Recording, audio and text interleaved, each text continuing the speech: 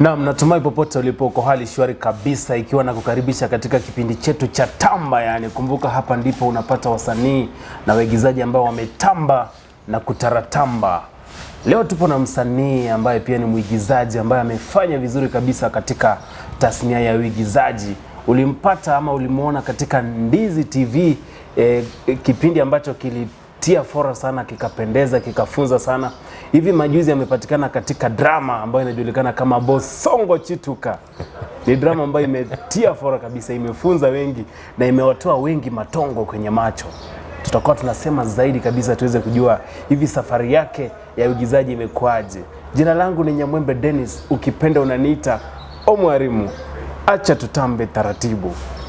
Yes, karibu sana yani. Obino Nyambane. That's my name. Hilo ndilo jina langu. How do you do, sir? Niko sawa sawia. Uko shwari kabisa. Niko poa. Inapendeza. Thank you. Ni weekendi na leo nimekupata, nashukuru. Unajua sio rahisi kupata wazee weekendi bana. Inategemea. Lakini una bahati kwa sababu tuna shughuli mingi. Kweli. Majukumu ni mengi. Umri unapokuja majukumu nayo yanaongezeka kabisa. Kwa faida ya mtazamaji, nataka uchukue nafasi ya adimu kabisa uweze kusema na yeye, umwambie Obino Nyambane ndio nani? Jina langu ni Mwalimu Obino Nyambane. Nasikia na wewe unajiita mwalimu. Kabisa. Sio kuchiita, wewe ni mwalimu. Mimi ni mwalimu. Nami ni mwalimu wa lugha na jiografia. Nimefunza miaka zaidi ya 30 nafikiri. Wow. Nafikiri tangu usaliwe nilikuwa nafunza. Sijafika hata 30 hiyo. Ndio nakwambia. Nikianza kufunza mamaka achapata babako. So tajriba. Leo jina langu ni Mwalimu Obino Nyambane. Mimi ni mzaliwa wa Kisii, Gesusu. Gesusu ni maeneo ya Nyaribari Masaba. Na nimeishi katika mtaa wa Soko Mjinga hapa Kisii town. Ichapokuwa nimeishi mahali pengi kutegemea kazi yangu, si unaona? Sasa kabla hatujazamia mambo na ualimu, nataka kidogo niambie familia, watoto vipi yani? Kidogo tu usiende sana. Nilizaliwa kitambo kidogo. Nafikiri niko miaka 50 na. Natarajia mtu akifika miaka 50 na unajua ana bibi. Katika mila na tamaduni zetu inahitajika uwe na bibi. Uwe kwako. Watoto wako wawe wamekomaa. Kwa hivyo nina watoto wamekomaa. Kweli. Wa mwisho nafikiri darasa la 5. Darasa la 5. Darasa? Sisi tuna daraja ama darasa? Kuna mageuko. Daraja, grade. Alafu wengine wamemaliza vyuo. Hiyo ndio naweza kusema. Ulitaka kujua nilisomea wapi? Nilisoma Getembe Primary. Hapa tu Getembe. Hapa tu. Wazazi wangu walikuwa walimu. Babangu akifunza Nyaura, akifunza Kyogo. Mamangu akifunza Getembe, akifunza Kisii Primary. Kadhalika. Kipindi kile ukifunzwa na mama alikuwa adhibu kweli ama alikuwa anakudekeza sana? Unacheza. Siku hizo viboko vilikuwa vinatembea. Kosa kidogo kiboko. Yani tulinyoroshwa vizuri. Watoto kama nyinyi wa siku hizi tumedekeza sana. Serikali ililegeza kamba vibaya. Sasa ndio naona maudhi mengi katika jamii. Naona sifa za kuwa mwalimu zimepungua sana. Hata saa kuwa mwanafunzi pia kadhalika zimefungua. Kwa sababu matarajio ya umma kwa mtu mwenye uwezo wa kuwa mwalimu ni tofauti kitambo hicho na yaliomo sasa. Heshima zilikuwa zinatanda kila pahali. Lakini siku hizi sioni kama heshima inatanda. Imedidimia sana. Imedidimia. Na hata kazi ya walimu imedunishwa. Kweli. Na hiyo sio bora. Walimu wamedunishwa sana. Na nadhani pia idadi yao imekuwa juu sana. Unajua hapa Kisii, eneo la Kisii, ukirusha jiwe ya Musa. Kwa sababu sasa inaanza kudidimia na kuwapata itakuwa ngumu. Kwa sababu ni kama kila mtu anatoroka. Kila mtu anatoroka kwa sababu ya hali yake. Obino Nyambane alisomea wapi? Alisomea walimu chuo cha Kagumo TTC. Kutoka hapo akaingia Maseno University. Walimu nilisomea Kiswahili Jok. Alafu Maseno nikasomea CPA, Creative and Performing Arts. Creative and Performing Arts. Wow, inapendeza sana. So ni mtu ambaye umevalia majoho mengi. Sio moja tu yani. Mimi nataka uniambie ni kipi kilikupatia msukumo kabisa kukuwa mwalimu? Wazazi wangu kwanza walikuwa walimu. Sasa nilikuwa napendelea sana kazi ya walimu. Yaani nikiona wanatembea na wanafunzi, you admire. Alafu mamangu alikuwa anapenda muziki sana. So alikuwa anawafunza wanafunzi, akienda mashindano nami ndio hiyo nabeba tape. I still have that tape recorder, if you want to see it, I'll show you. Ile ya crawl na nini. Alafu hii tape ilikuwa inatuletea, yani nikirudi nyumbani jioni nasikiza vile walikuwa naimba, nikafurahia hii kazi. Nami nikiwa chuo, nikiingia secondary, nilisomea Matongo High School. Nikitoka Matongo High School nikaenda Chesamis High School in Western.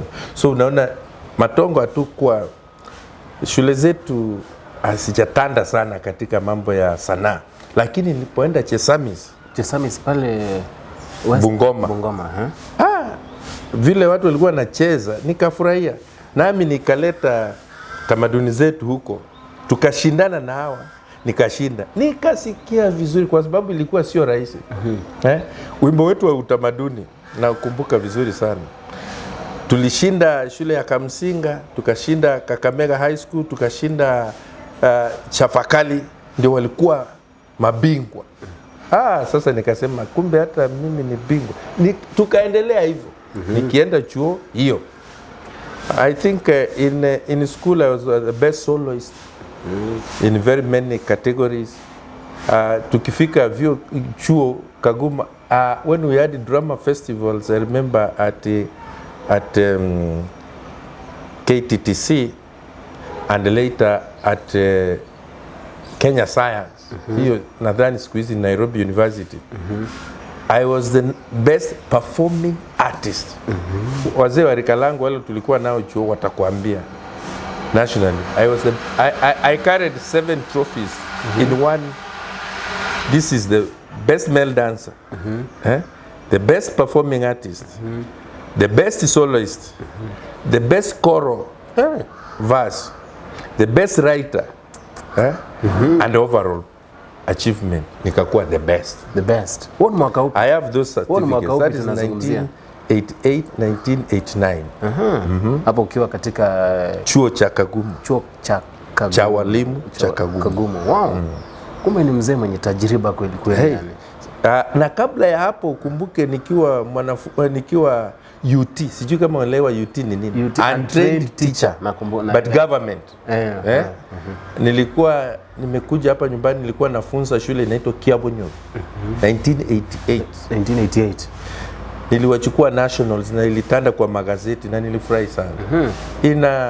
In drama dance ilikuwa inaitwa Mosamba Mwaye. Anayechoma kwake. I was depicting the life of a Kisi person. Yani let me say mtoto akisaliwa katika utamaduni zetu ni kipi kilichokuwa kinafanyika. Vile alisaliwa, kapewa jina, akaoa, akafa. So I was telling that story in dance form. Yes. Sasa najua wewe and it hit. Ilitamba sana. And those days unajua hatukuwa na mageuko haya ambayo yamejuka katika katiba, hatukuwa na ugatuzi, tulikuwa na Nyamira Kisii was one district. It was Kisii district. Nyamira ilikuwa ndani ya Kisii. So you can see I was in Nyamira. By then I could be counted in Nyamira because Kiabonyo is there. The topest the other side. Nyamira ya show. Nyamira. Sasa hapo ndio tulikuja na kumbuka tulienda Sengera Girls for provincial.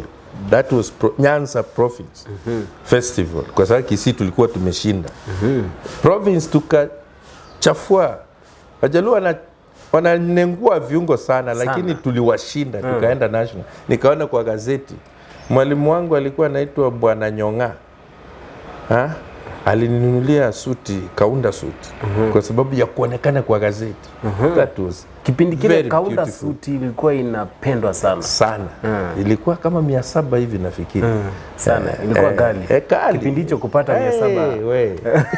Sio mshahara wa mtu. Kumbuka kwamba makala haya yanakujia moja kwa moja kutoka hoteli ya La Serena. Leo nipo na mzee hapa na wanasema kwamba penye wazee hapa haribiki. Siku hizi mumeharibu. Wazee ndio wameharibu. Wanaharibu mambo, lakini wahenga waliponena hivyo ni kwa sababu wazee walikuwa wanakaa katika vikao. Na vikao hivi vilikuwa na gumzo. Na gumzo ilikuwa linajadili tabia na mienendo ya vijana katika jamii au tabia na mienendo ya wanawake. Pia walijadiliana kati yao nani anafanya mambo mazuri na mabaya. Wanaonyana wakimaliza yao wanazungumzia jamii, and that is why there was a lot of order in social structure in our communities. Yes. Those days. Yes. Na sasa nataka kidogo tuzamie kwa ualimu. Najua ualimu mambo mengi yamebadilika tangu ukiwa mwalimu. Kwanza bado unafunza? Hata sijui kama nikirudi darasani nitaweza funza. Mimi nilikuwa mwalimu wa fasihi na lugha. Fasihi na lugha. Sana Kiswahili nilifunza Kisii High School. Nilifunza Njoro Boys, nimefunza Nyabururu Girls, nimefunza Ichuni Girls, nilianzisha daraja 2 secondary, nimefunza Nyanjwa Boys. Unaona nimekomaa katika walimu. Hapa kweli. Na miaka nimefunza, kama ukihesabu hizo shule nilikuwa nakaa kama miaka 3 mpaka miaka 7 hata 10. Kwa hivyo unaona hiyo ni miaka mingi nimefunza. Na huo muda wote ulifunza katika kiwango kipi, kama mwalimu ama kama mwalimu? Administrator. Administrator nilifika Kabosi, nilikuwa deputy principal. Kazi ambayo ni ngumu sana. Nahitaji kujitolea. Kazi ambayo ni ngumu sana. Sasa kitu ambacho nilitaka kuuliza, kuna yule ambaye akona ari anataka kuwa mwalimu, kijana mdogo pale, unaona wasia upi kwake? Uzuri wa walimu ni kwamba unakutengeneza na unaweza ingilia kazi yoyote ile. Yaani kwa mfano ugatuzi ulipoingia, nafasi nyingi zilichukuliwa na walimu. Kwa nini? Mwalimu anaweza kuwa administrator. Naona mwalimu anafanya kazi nyingi. In administration and management mwalimu inakuwa ni rahisi. So ukitaka mtu ambaye atafunza watu kitu fulani, unataka kifunzwe like public participation, ambayo ni nyingi sana katika nyenzo tofauti na nyanja tofauti za kikazi. Katika kila tuseme every ministry requires somebody to teach and participate in public participation, na walimu ingia hapo vizuri sana. You see? So walimu ni kazi nzuri kwa sababu inakutengeneza as a social worker, and you can enter and work within any other profession. Yes. Sasa mwalimu Obino, shule yako ya mwisho kabisa? Shule yangu ya mwisho kufunza kabla His Excellency Elvis Ongwayo Maribaja nipa kiti cha ukurugenzi katika tamaduni zetu ilikuwa Nyanjwa Boys High School. Nyanjwa Boys. Sasa hivi wewe ni mkurugenzi wa utamaduni katika gatuzi la Kisii. Yes. Ulipataje hiyo kazi bana? Si kazi waliitisha, waliandika kwa gazeti. Na mimi nika apply. Apply. Tukaenda interview. Watu ninapata hapo wakasema hata Mr. Nyambane amekuja hapa situtoke tu. Kwa sababu wengi wao ni watu nimefunza sanaa. Na unajua ninapenda sanaa na utamaduni, sio sanaa peke yake, na utamaduni wetu. So kwa hivyo, na ukiangalia mifano ya kazi ambazo nimefanya katika sanaa, tulikuwa na Nyaribari Chache Cultural Festival. Ilikuwa inaandaliwa na mheshimiwa ambaye sasa ametuacha, Simon Nyachai, akiwa MP wa Nyaribari Chache, supported by UNICEF. I was the technical person. Kuunda the cultural festival from one area and the steps, all categories, na ilikuwa na kiwango cha kipekee. Sijawahi ona ngine hapa Kisii. Tulijaribu Misesi festival which used to come under an MP. What was his name? yeye pia alikuwa anaifanya first of every year. Nayo ndio ilikuwa inafuata hiyo. Sasa katika hiyo hali I gained a lot of experience in cultural matters. Sasa walipokuona katika kama wengine wakasema hii kupigwa msasa, hii sasa wakasema hata tuache tu. Na kweli nilipata hiyo. Bas, nataka turudi usanaa sasa. Usanii. Unajua wewe watu wengi walikujua kupitia Ndizi TV. Kipindi kile ukiigiza sana. Hata Ndizi TV wamenijua kutokana na kazi yangu. Uliza kina Samora kwa sababu walinijua wakaona wanapotoa mchezo. Samora nimewaita kwa film workshops nikiwa mwalimu.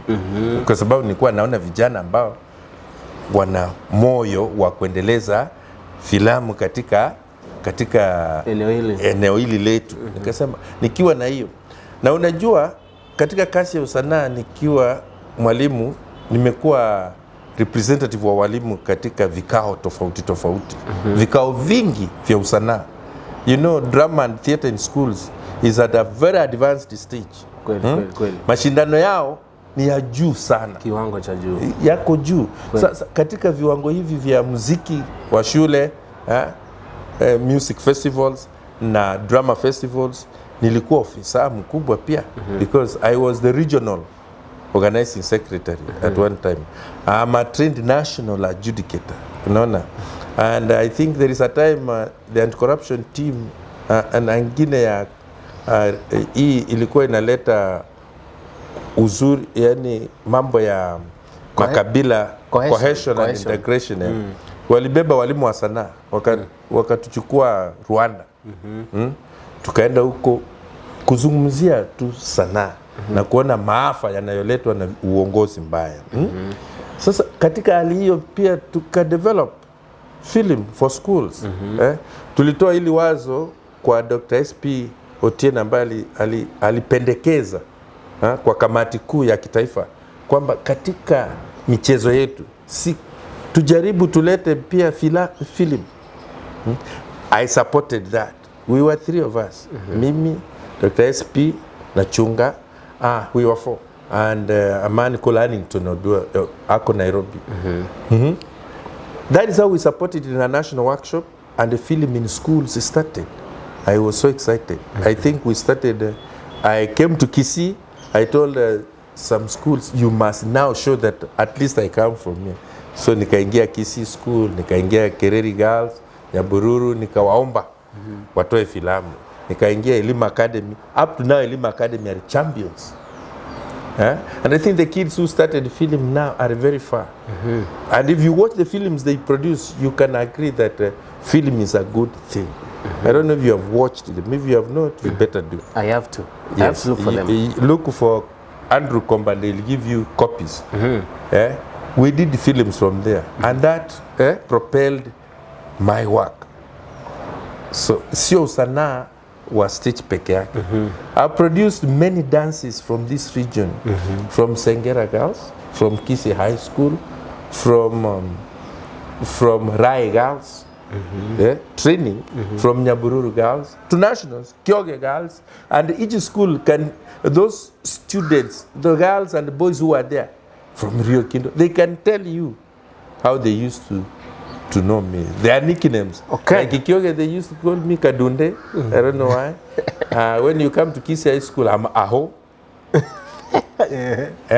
When you go to Nyabururu, I was Ae. Then every school has a nickname for me, depending on which play was the first, or which dance did I start, or what category, where did we meet.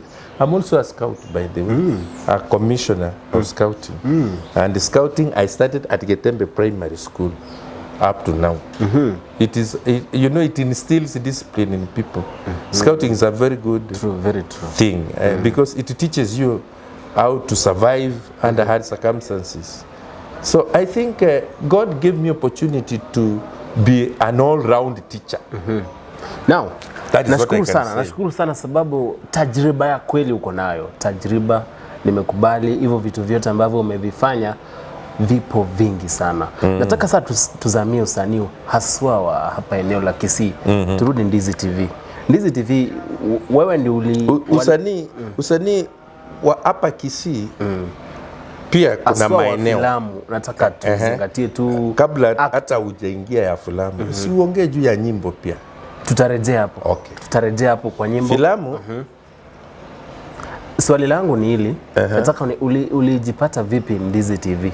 Sababu nimeona kuna vipindi kwa sababu vingi kina Samora walikuwa wamenijua. I was calling them to workshops as a teacher. Nilikuwa nawaita nawaambia hii kitu kwa sababu nimeona Samora you are doing film in the local what huyu ndio mtu hapo. Kenya Film wakaniambia tafuta hawa watu waweke pamoja, we workshop them. That is how I came to know Samora and the group. There were about 3 groups in Kisii. Then from there Samora akanijua.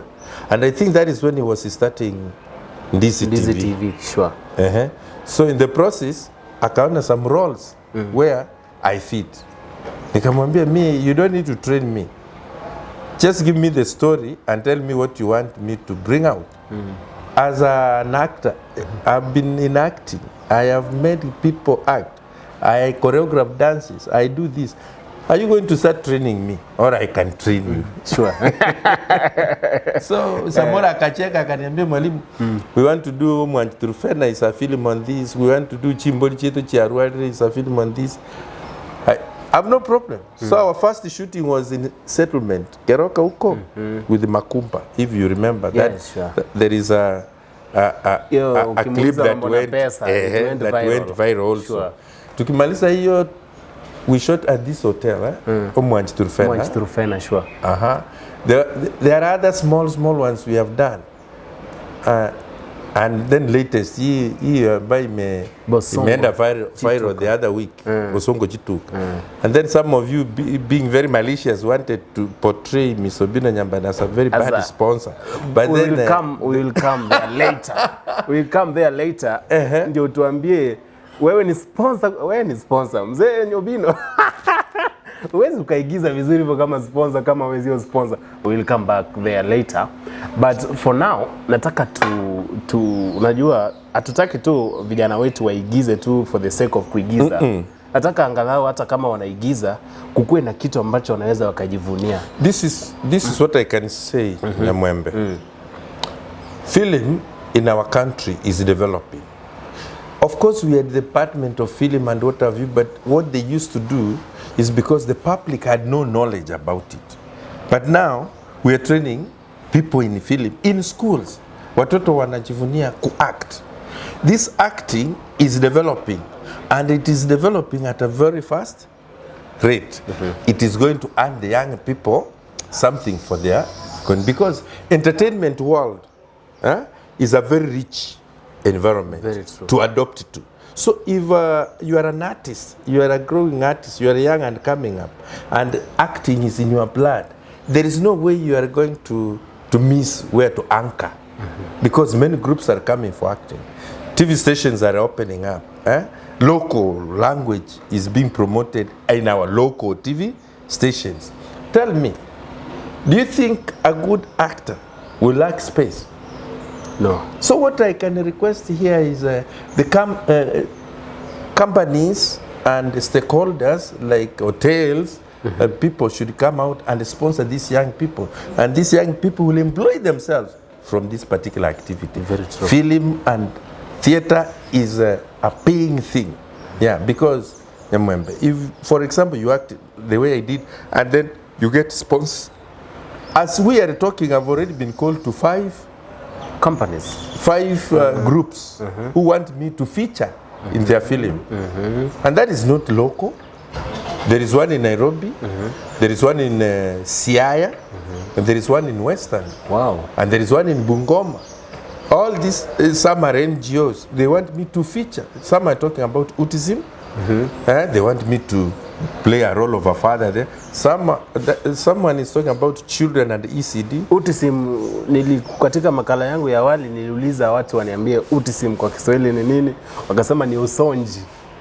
Sijui, usonji. Usonji waliniambia katika niliwaambia kwa comments. Inawezekana. Usonji inawezekana. Kwa sababu sijui. Msamiati wa autism sikupata nikiwa shule.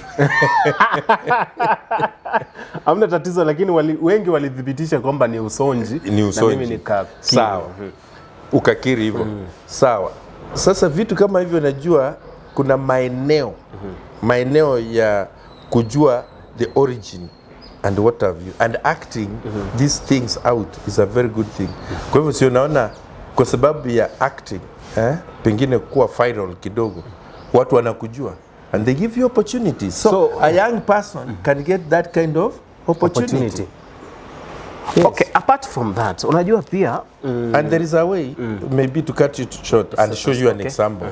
There is a way like the government was promoting this. When we go for festivals, we end up at State House. At the State House, those best performers are gifted. They are either gifted education. They're told ukimaliza sasa wewe ni mtoto wa president. I think you remember such. Sure. Kuna yule Otongolo Times. Yes, Otongolo Times. You see that was a narrative. We introduced narrative in schools. I've seen introduction when I entered drama in schools. Tulikuwa na poem, solo, choro, dance and a play. Nanielewa? But in coming on to improve drama, we kept suggesting new areas to bring on board into schools drama festivals. Tukaleta narrative into on board. Tukaleta creative dance from cultural dance. We changed it to creative cultural dance. Tumeleta modern dance. You see? Now, you know, we have improved. Tukasema in place, let's have the categories independently. Kiingereza, independent. Kiswahili, independent. Na lugha ya mama, independent. So you can produce. In dances, tukasema cultural dance na creative modern dance. You see, we are giving room to the young people like you, and they're still giving room to the older generation to perform cultural issues. And you know, if you look at it properly, if the government was serious, this is a mega tourist attraction festival. It is the only one in Africa.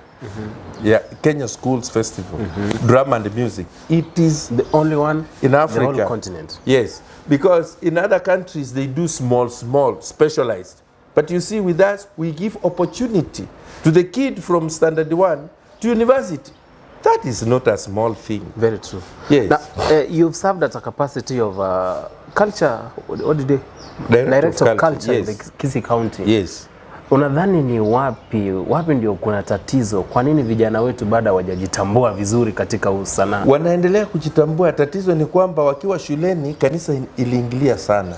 And the culture, the church culture killed development of drama in school. In persons. Mtoto anasema niko drama, parent akiwa anasema wewe unajua wewe ni SDA ama wewe ni mtu wa kanisa, vitu kama hivi hatutaki. Ulienda shule kusoma, sio kufanya drama. You kill the talent in that person. And many talents have been killed because somebody sees, yani their portrayal of drama was negative. Yes. Now what is supposed to be done? What do you think must be done? So that changing. Teach people that drama is the best communicator. And if you want to communicate with the people properly, wacha watoto wafanye drama. Wafanye drama? Yes. Sababu ni pana sana. Yes. Inaweza ikatoa any event, when you want to teach people, you can use drama to teach people. Even in our social Africanism, drama was used to educate. In Eke we see culture.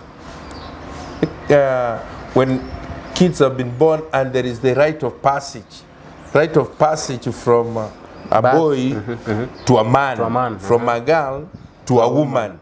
That passage had a dramatized event that was very important, and whatever happened to you there, you don't talk about it anywhere. This was Eke Igoro Igoro. Eke Igoro Igoro ceremony, yes. It was a tedious ceremony where they have imitated an animal that is going to sound like it is calling you, and then you feel a lot of fear. It tells you how to become a man. It tells you your boundaries of being a man or a woman. It inculcates in you responsibility of being a house member as a man and as a woman, and your roles. So you see, drama was utilized. There is this Ruth Finnegan in oral African literature who argues that there was no drama in Africa. It annoys me to think about that. That book, that chapter 9, I think it is chapter 9 in Ruth Finnegan, Oral Literature in Africa. I don't know if you have seen that book, written by Ruth Finnegan. She argues that we didn't have drama. And yet, the life of an African is simply performance. Very true. Everything had a performance. Mtoto akizaliwa, we need to perform. Mtoto akioa, we need to perform. Hata mtu akikufa, we still perform. So we have a lot of performances because performances are emotions. They evoke people's emotions. You come out to feel. Societal needs are engulfed in performances. You see, you express yourself better in a hidden performance. We use performance to educate. Africans never taught you things direct. You are taught through performances. Yes. Wow, so amazing. Through drama. Yes. Now, what do you think can be done? Yaani kitu ambacho kinanisumbua siku nyingi sana, hata watu ambao ni mashabiki wanajua siku zote mimi hupenda kuuliza gatuzi, hizi serikali za gatuzi, wewe unadhani zime play role yao katika kuendeleza talanta za vijana? Nafikiria that one is not just an issue of ugatuzi or county governments. This is a national issue. But now so I want you to talk about it at the at the level of devolution. There are funds that are supposed to be developed into the department, and the department is supposed to nurture talent. And that is why you have heard outside here school of talent. Schools of talents are coming. Every county is going to have a school of talent. From sports to performing creative arts to visual arts, to martial arts. All these arts are going to have a school. And with the CPC coming, people will recreate themselves into art, and then performing or visual. People who are good artists in embroidery, people who are good artists in carving, people who are good artists in tailoring, people are going to be. The problem is a government mechanism takes time. When the policy has been passed, to implement takes quite some time, but it is coming. Yeah. Wewe kama mtaalamu wa masuala ya elimu, watu wanasema kwamba huu mtaala mpya unakuwa na mzigo mwingi sana. Una mzigo sio kwa mzazi tu, mpaka hata kwa serikali, kwa sababu they have not done it professionally. Wameileta tu na kuiwekelea watu. Hii ni kitu kinahitaji kwenda stage by stage with a lot of experiments. There's a word we use. Unikumbushe hata ni mwalimu. When you are doing experiment, you use this as a sample, as an example. This is what we expect. You run the model up to the end. You run the model up to the end before you implement the general public. So I don't think our ministry did that. So they jumped the gun. They jumped the gun and they just start pop. I don't know if it is to save funds or what, but everything should be done professionally. Yes. So mtaala una shida. Yes. Sasa unadhani ni pesa mingi sana. Pesa uko na mzigo sana na very expensive. Na niliona mtu fulani akisema in the near future hakutakuwa na madaktari, hakutakuwa na walimu. Si ndio, kwa sababu who is going to be there? These people have to go through practical schools. Do we have practical schools for those things? Actually, right now they are not there. Ati mtoto aanze kusoma udaktari from standard 1. Not possible. Ualimu from standard 1. So what happens? People develop other careers and they forget about that one. Yeah. Wow.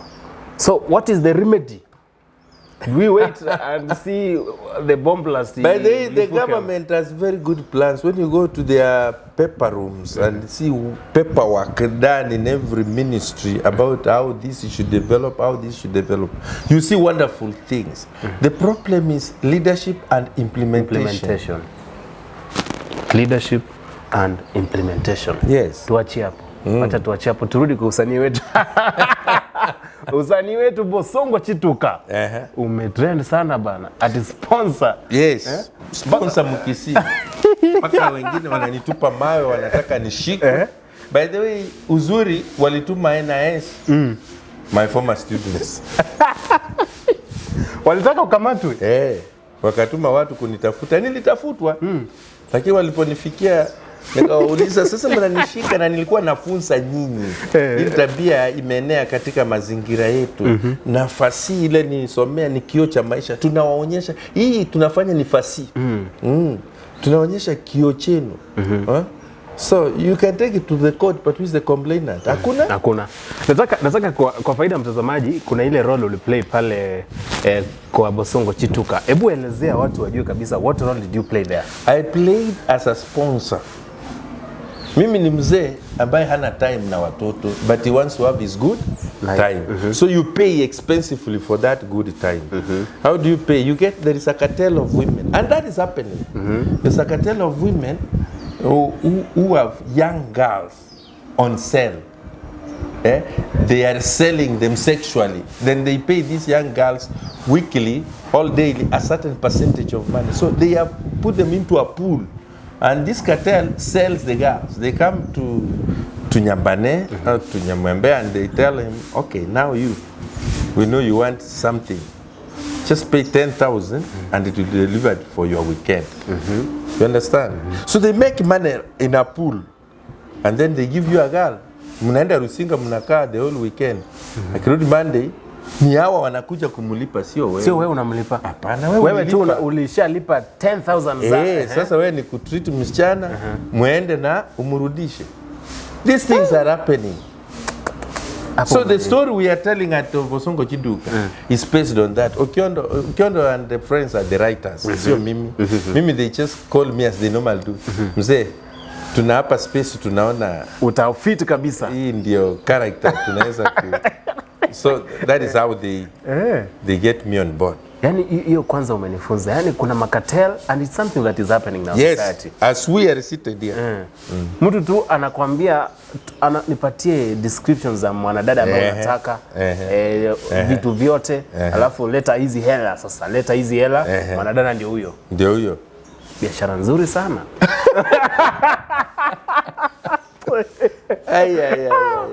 Unaita hiyo biashara mzuri for the young people. Lakini pesa. And can't you see you are destroying a generation? Very true. A generation. Kuna watu hapa, you are killing a generation here. And that is what we are trying to teach the public. Watu watoke katika sifa hizo mbaya mbovu. Waishi maisha mazuri. Na vijana wamejikuta hapo kwa sababu ya fedha. Kutafuta fedha. Vijana haswa wa kike wamejipata pabaya kwa sababu they have a quickest, they think that is the quickest method of getting money. Tamaa. Na wajua tamaa mbele, mauti nyuma. Where is a miss? Society imeharibika by the way. Wewe kama mzee. Development lazima ikue. The Volkswagen we were riding those days is not the Volkswagen you are riding now. Maisha ya kitambo yanaisha, mapya yakija. Mambo huenda yakaja. Sawa. So you can't blame it on mambo yakienda yakija. You can only blame it on society needs and how they are displayed by leadership. Yes. Leadership is the most important thing. Hapo huwezi kunitoa kwa sababu nikiwa mimi ni leader as a teacher of drama, I'll make sure that people learn from drama. So I'll utilize that opportunity. But our leaders utilizing the opportunities they have to make progress in Unaona vijana wanajigonga, wanajiua ofyo. Why? Because of lack of mentorship. Unajua tulipokuwa ile kutairi ilikuwa inakumenta. Inakuandaa kwa maisha ya baadaye. Kweli. Unafunzwa hata miti shamba, unaambiwa hii mti inachunga mtoto akiwa umri fulani. Hii mti inachunga wewe tumbo ikianza hivi. Hii mti lazima ukule nini. So we lived with our natural environment and adapting to it. Environmental adaptations were crucial in our society. That social fabric has broken. It is now cut. So we are cutting links.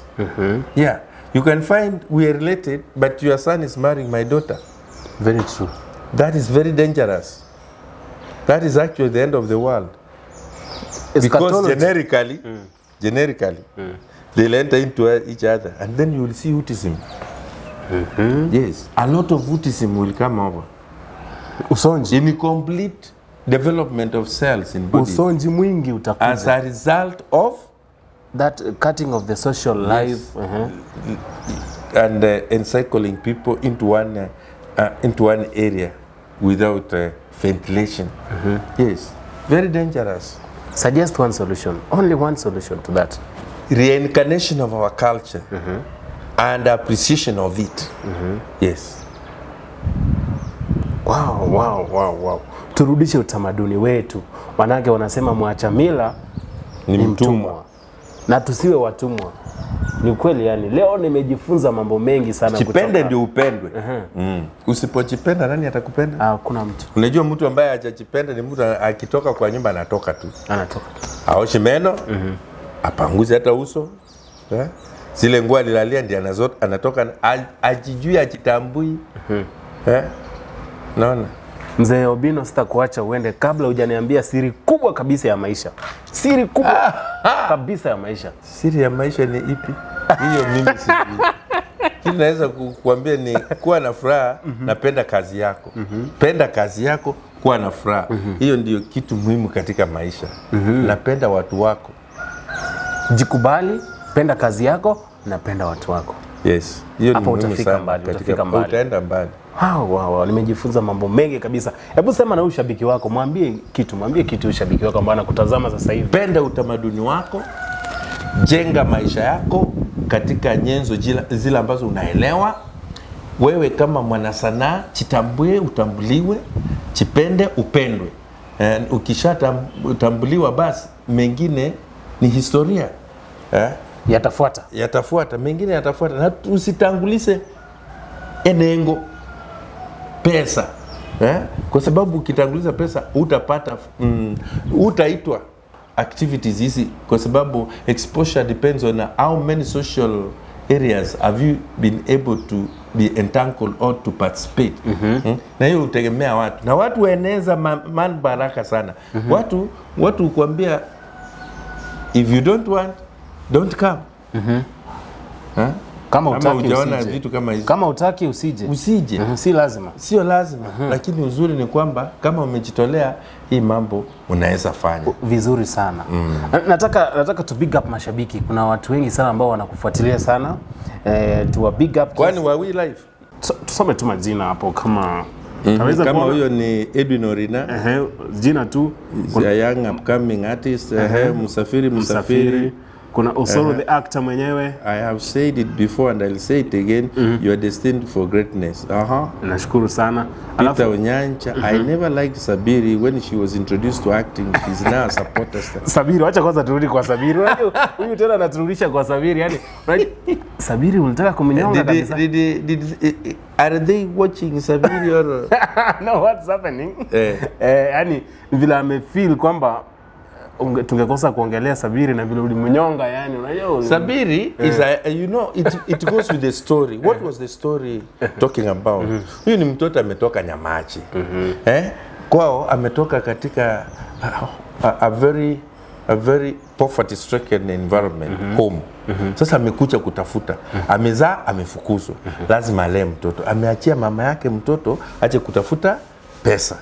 Sasa amefika, kateli imemshika. She's young and beautiful. They want to make maximum use of her by selling her to the rich people, the sponsor you saw. Yeah, so there is no love lost between these two people. No, this is business. This is business. Yes. Hebu rudia yale maneno vile ulimwambia yani. Ni hivyo that is how the script wanted it to be. This is business. Yes, this is business because this guy has already paid. And they do that. This guy has already paid. What do you expect? Entertainment. Simple. Aenda afanye vitu vyake. No. But I think it made Sabiri grow Sure.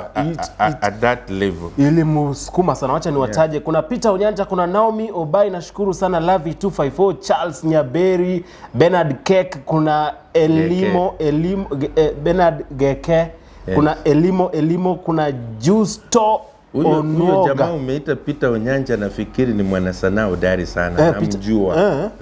Hao ni mashabiki sana, upenda kutufuatilia. Kuna Samantha Boss, kuna Newton Omoke, Gladys Osoro, Judapta Boke, Blessed Disciple. Hebu nitajia wengine ambao unaona hapo hivyo. Naona Papa Antivirus, naona Derasta Chwea, naona Kerubo Actress, naona Cynthia Nyang'au, Mocheche Actor, Moracho Sina, Ombati Chef. Unajua mimi ni mwalimu, naweza soma haraka sana. To the Boy Classic, naona Fandux, naona Jared Nyamboga, Edwin Ongiri, karibu sana Edwin Maeri, naona Bonareri Nancy, naona Information Production one day ago. Kwani hiyo ni nani? Watu ni wengi hapa yani. Watu ni wengi sana hutufuatilia hapa na wakati mwingine Nyaboke, MC George Kenya. Watu ni wengi naona. So, wakati mwingine inakuwa nafuatiwa sana. Ni vizuri kuwa big up yani, unajua ukitajwa unahisi vizuri. Kemunto, Kerubo, kuna Chase Kemunto, kuna Kemunto Dorothy, kuna Diana Mora, kuna Machuki nani huyo? Lamek, I don't know. Kuna Pacifica Moraha, kuna Sofia Ariecha, Elias Oyunge, Angel Bona, Nyanchama Naomi, Kevin Ondieki. Nyanchama ni jina mzuri sana. Rafael Nyakambi, Bernard Onyinkwa, Grace Kemunto. Wapo wengi. Tukiwataja huenda tukamaliza yani siku nzima yani. Na siku zote mimi nasema shabiki sugu ambaye anafuatilia kipindi cha Tamba yani, wewe ndio mwajiri, sisi ni waajiriwa yani. Ukitufuatilia tunashukuru sana, manake usipokuwepo basi hiki kipindi pia hakitakuwepo yani. Na nakumbuka hapo awali tulikuwa tumesema kwamba tutarejea kuzamia swala la muziki. Unajua tuna viwango tofauti vya muziki katika nyanja za kimuziki. We have very many categories. We have gospel, we have secular, we have traditional, and it depends on the performing artist amechukua which category anapenda. Like for me, you know very well, I'm a very good traditional singer. I'm intending to produce our cultural music the way it was, but acted. Yani, as a performing artist, I can recreate our music. I'm actually doing it. I'm recreating our music through some other groups. This music can be performed by anybody. Watoto wana muziki zao, wazee wana muziki yao, vijana wana muziki yao. But there comes a problem like when people like Timo Young, people like Fiki Young, people like Babu G and Migi. These are good artists. The only problem I'm having, and that is a complaint that has come to the office of the Directorate of Culture now, is that producers are getting people's music and giving it to other people. That is very dangerous.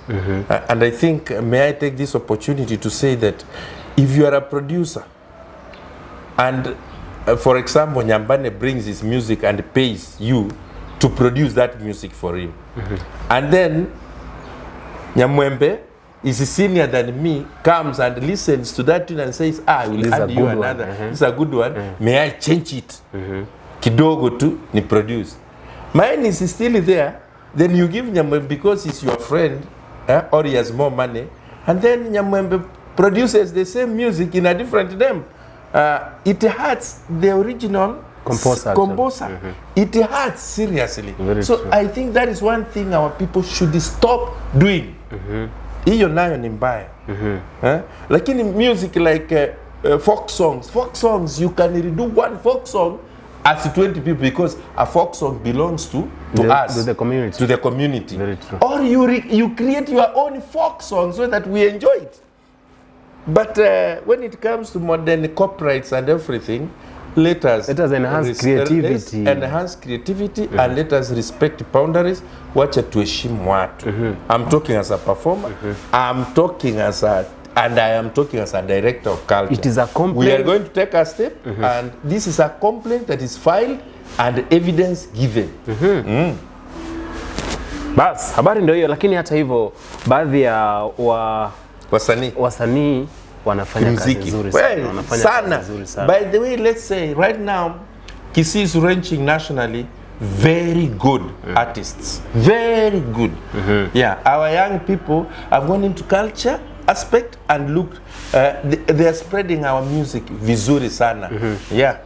Kuna baadhi ya wazalishaji wanafanya kazi nzuri kama producer Gusto, kuna cameraman nisaidie bana, wako wengi sana.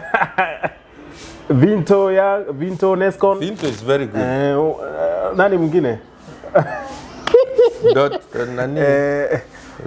Kuna wazalishaji wengi sana wanafanya kazi safi. Kuna Dr. B pia. Kuna wale wa video kama Forever Young. Wako wengi wanafanya kazi nzuri na wakishikwa mkono huenda wakafika mbali. Lakini wazingatie nidhamu kwa kazi. There is this national body of a presidential music commission. They want to come up with a memorandum of understanding with the departments of culture so that they promote artists. And I think soon, even in Kisii, we are going to have a studio for the young people. I think His Excellency Elvis Ongwae has adopted something. Watu wanasema maneno lakini nina uhakika kuna kakitu kanakuja. Wakati unataja PPMC mimi hufurahia sana sababu because they are very good in that. Yeah, they are very good. Yeah, and with the Elvis Ongwae, His Excellency, they have developed something. I'm sure it will be opened soon in our county. Wow. So they are being taken care of. It's amazing. Yeah, where young people come, they record, they get their music out and they start selling. Yes. But kitu ambacho umenifurahisha, wazalishaji ama producers wazingatie nidhamu ya kazi. Please. That is when you promote. Niliona hiyo complaint. I saw that complaint. No, it is there. Kuna wasanii wamefanya hivyo. Wanajijua. Hatutaki kuwatacha. Waelewe kwamba kitendo hicho ni cha kudunisha yule ambaye ndiye original composer owner. Give him beats, give him what, but don't take his song. Yes. Kabisa, yote 9, 10. Tupatie changamoto ambazo wasanii wanapitia hapa Kisii kijumla tu. Hiyo ni moja. Hiyo ni moja. Nyingine ni fedha pengine za production. Kuibiwa ni moja. Pesa za production. Hii COVID-19 ileta maneno. You know, to be good you need exposure. So unless you are exposed, I can proudly say I've exposed a lot of people. Let's start with Bikundo. Bikundo. Let's go to this guy from Egesa. Tell me. Chochoni. He can tell you Ongengo. How I exposed them through the cultural festival. Let's talk about the famous band from Nyamira. Bana Sungusia. How do you know the story of Bana Sungusia? Maybe the driver who used to Chike driver wa Nyamira who started it at Omotana in Nairobi, and then how they came to be exposed to the cultural festival, how they were put items until they became whatever they are. This is another generation of Bana Sungusia. Yes, this is another Nyamira band, something boys band. Imetoka mbali. I've exposed the people. The late Toyo Ndeko Nyamechao. What was his name, if you remember? Kwencha. The Kwencha. He's late now. I think I've also participated in very many local music. If you watch Miggy's music, you will get me somewhere. Sure. Ebarasa. I think you will see the chief there. True. If you watch DJ White, you will see me again somewhere there, like again the chief, I think. If you watch Timo Yang, Matindogoro, I think I am playing the father in that one. If you watch Babjis, I think there is one I'm featuring, nimesahau title. Makubamba, if you watch the original song performed by Abangina Bamariba, na Amanyire Koso, Mege Song. Maburende. I think I'm featuring, and there are more coming. So I'm trying to say, I assist. I advise. Our songs are beautiful. There are many. If you want songs, I have. Culture folk songs. Ziko mingi. Ziko kuja. See how to produce them. We feel happy about you. Amazing. There is one man, I keep forgetting his name. He comes from around Darachambili here. He has a school, I think. He's a very good artist. He has sung, I hope I'm not mixing the language so much. It's okay, no problem. Ameimba nini? Ameimba fofo. Unajua nani ameimba fofo? Naona pia Denmark sawa mpiga picha wetu anasaidia kufikiria. Najaribu kukumbuka jina. That guy is so beautiful. Lakini sijui wanamuziki walimfanyaje. But akitoa wimbo unapenda. So those are the kind of people I want the artists to come together, have an association and respect each other. Hiyo ninaomba. Sasa umefanya hata nikakumbuka kitu ambacho huwa nashangaa. Kuna wanamuziki wetu ambao walikuwa wanatutumbuiza kitambo, wanafanya vizuri lakini wamepotea. What are you doing kuwarejesha? Mfano kama kuna huyu mwanadada kutoka hapa Suneka. Sabi Okengo. Kuna wengine kutoka Nyamira kama 91 Jazz. Yani kina Nyatigo, Steve. No, I think inategemea mtu. Huwezi kupotea hivyo. But you know, with COVID and the killing of entertainment in forums, wanamuziki wengi, wanasanaa wengi walienda chini. But I think it will improve with time. Inapendeza sana. Ademare. Ademare is very good artist. Na ni mkongwe katika kasi ya sanaa. And his music is very unique. Ningependelea watu wafanya kazi na yeye wataenda mbali sana. Wow, tumesema sana. Na sana ikiwa sana itaharibu. Saa kweli. Itaharibu. Chukua nafasi hii. Nafasi ya mwisho kabisa, ongea na shabiki wako. Sio mashabiki. Nilipokuwa natandazwa na mitandao, watu waliingilia hata familia sana. Sasa kitu nataka kuambia watu ni kwamba I grew up acting, and when I went marrying, I had to marry somebody who must understand that I'm acting. Kama sio hivyo singekuwa na bibi na watoto. Niliona hata radio zingine wameingia mpaka kwangu to do interview with my son, asking him, how do you relate with your father now that he's a sponsor? And my son was saying, I'm used to an actor, but I don't think my dad is a sponsor. Yani, you see, let us respect and differentiate the father in the house, the actor, and the teacher, because those are different personalities in life. Mimi ni mwalimu Obino Nyambane. Ninafunza. Si nimekufunza? Kweli. Haya. Mimi ni actor, sponsor. That acting, that particular person, huyo sponsor. Mimi pia ni director wa culture. And when I'm in the office, I'm a director of culture. Nikikuwekea stamp kitu ya culture, nimeweka authority of that office. So those are three different people. You cannot amalgamate it as one and then start spoiling a name of the other, using the other. Hiyo muache kabisa. Mashabiki waache. Including Sonko. Waache kabisa, ati anakutafuta. Songa angekuja na rescue team yake hapa bwana. Na wengine wengi. Hata nimefurahia sana mwalimu Obino Nyambane. Shukrani. Leo mimi sijakuwa mwalimu, nimekuwa mwanafunzi. Wacha, wewe ulisema ni mwalimu wa lugha. Mimi hapana. Acha nikwambie. Mimi ni mwalimu wa somo la hisabati na fizikia. Sawa. I teach physics and basi mimi ni mwalimu wa lugha, na upenda kuambia wafuasi wangu au wanafunzi kwamba hapo nje Homari Jazz alituimbia shairi ubeti moja linasema, tenda utendapo tendo, tenda tendo la hekima, liandame na mwenendo sawa na yako kalima, kalima yenye upendo kufurahisha mtima, kwa vile kila mchimba kisima budi ungia mwenyewe. Shukran Nyamwembe. Unanikumbusha kuna kitengo kipya nilikianzisha cha kitanzandimi ambacho nakupatia kitanzandimi, lakini wewe leo si utafanya tu kama kunywa maji. Nilikuwa nimekuja na kitanzandimi anasema kwamba 6 kusisitiza kuwa 6 na 6 sio 6. Ati 6 kusisitiza kuwa 6 na 9 sio 9. Wewe hata hamna nikupatia. Wewe sasa umekuwa sasa Kitanzandimi. Wewe ni mwalimu wa lugha na kama kawaida unavielewa vigezo katika mafunzo ya lugha. That makes class interesting. Very true. Yes. Lakini sijui siku hizi kama bado vipo.